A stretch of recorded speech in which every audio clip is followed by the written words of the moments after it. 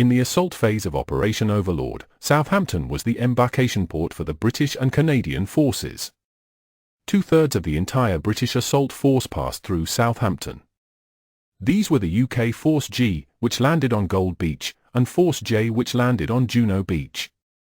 Force G included troops from the 1st Battalion, Hampshire Regiment, part of the 50th, Northumbrian, Division.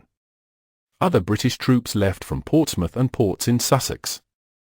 The American assault forces left from Poole and ports in Dorset and the West Country.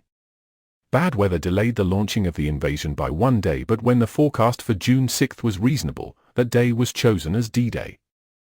On Monday, June 5, the fleet left Southampton and headed for the assembly point off the Isle of Wight. A total of 156,000 troops landed in Normandy on D-Day, of which nearly 10,000 took part in the first wave of landings. 7,000 ships were involved, including 4,026 landing craft. 10,000 aircraft were used to carry airborne troops and bombard the coast.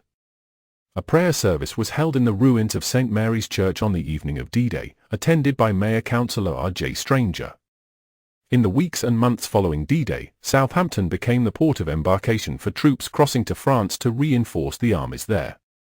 Between D-Day and the end of the war, about 3.5 million service personnel passed through the port to France.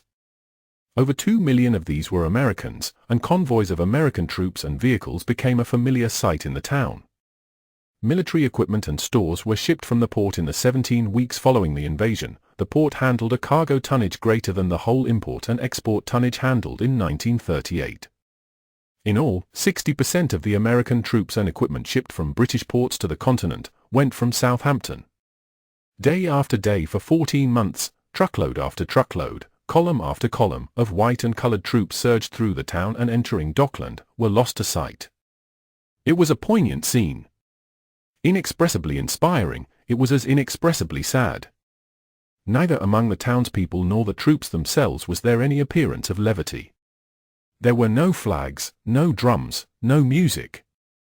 Every citizen without exception seemed to be awed into silence by the gravity and immensity of the occasion.